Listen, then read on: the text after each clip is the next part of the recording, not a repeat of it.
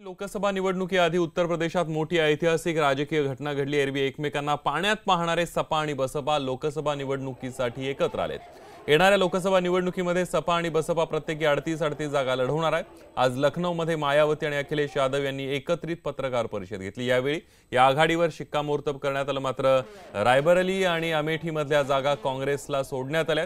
या जागा बिनशर्त सोडण्यात आल्याचं मायावतीने स्पष्ट केलं।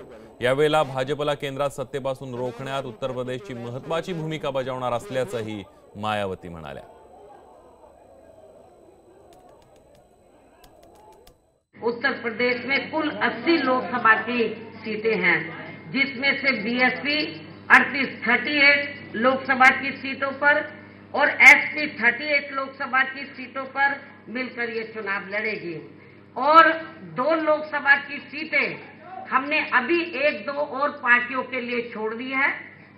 इनके अलावा 2 और शेष बची सीटें अर्थात अमेठी व रायबरेली, ये दोनों लोकसभा की सीटें हमने कांग्रेस पार्टी के साथ बिना कोई गठबंधन किए हुए ही इस पार्टी के लिए छोड़ दिए हैं। भगवान राम और भगवान कृष्ण की जन्मभूमि उत्तर प्रदेश में तो भाजपा की सरकार ने इतना अत्याचार किया है कि स्वयं भगवान भी असहनीय पीड़ा हुई होगी।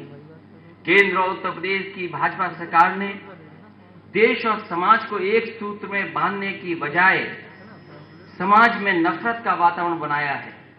लोगों ने भाईचारा बढ़ाने की बजाय लोगों को जात पात के नाम पर बांटने का काम किया है।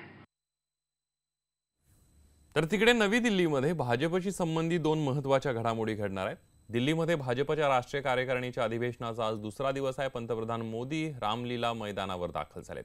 पंतप्रधान नरेंद्र मोदी आज काय बोलणार याकडे सर्वांचं लक्ष लागलेलं आहे। तर दुपारी 4:30 वाजता पंतप्रधानांनी सर्व राज्यांच्या संघटकांची बैठक बोलावली आहे। महाराष्ट्राच्या संघटकांनाही दिल्लीला बोलावण्यात आलेलं आहे। राज्यातल्या प्रस्तावित युती संदर्भात या बैठकीत चर्चा होणार आहे।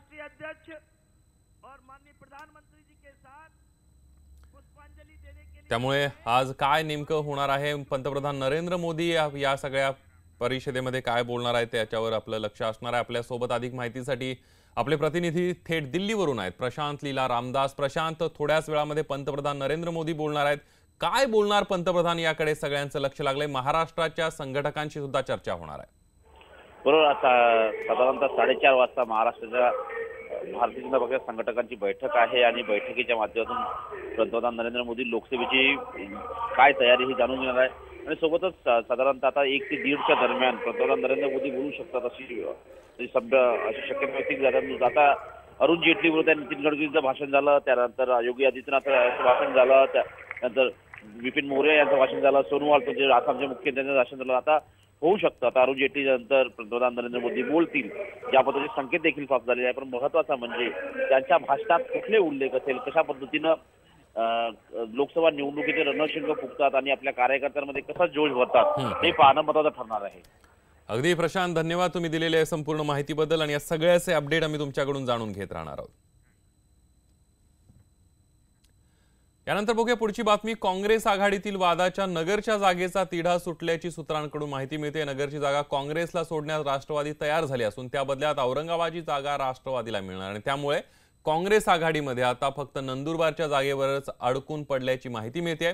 नगरची जागा आपला मुलगा सुजय विखे यांना मिळावी यासाठी राधाकृष्ण विखे पाटलांनी नुकतीच दिल्ली वारीही केली होती। त्यानंतरच हा तिढा सुटल्याचं बोललं जातंय। येत्या 15 तारखेला दोन्ही काँग्रेसची जागा वाटपासंदर्भात पुन्हा बैठक होणार आहे। त्यामध्ये नगर आणि औरंगाबादच्या जागा अदलाबदलीबाबत शिक्कामोर्तब होणार आहे। दरम्यान हातकणंगलेची जागा राजू शेट्टींसाठी सोडण्याचा निर्णय यापूर्वीच झालाय। त्यामुळे काँग्रेस आघाडीच्या जागा वाटपाचा तिढा आता जवळपास सुटल्याच जमाय। आता फक्त रत्नागिरीची जागा नेमकी कुणी लढवायची हा निर्णय बाकी आहे, कारण भाजप सेनेची युती झाली तर ही राष्ट्रवादीच्या खात्यातून राणेंसाठी सोडली जाऊ शकते अशी ही माहिती मिळते।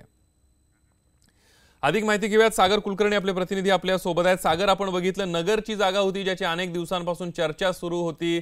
सुजय विखे पाटील या जागेसाठी आग्रही होते आणि तीच जागा आता वादातली सुटलेला आहे तिढा।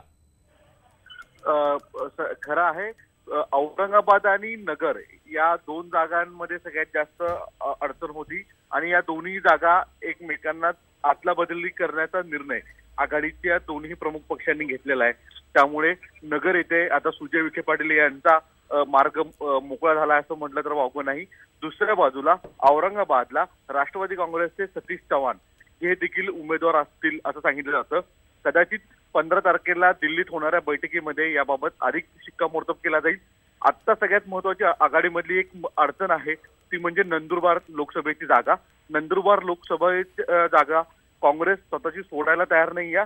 त्याबाबत 15 तारखेच्या बैठकीमध्ये अंतिम तोडगा काढण्याचा प्रयत्न केला जाईल असं सांगितलेलं आहे सूत्रांनी. अगदी धन्यवाद सागर, तुम्ही दिलेल्या संपूर्ण माहितीबद्दल.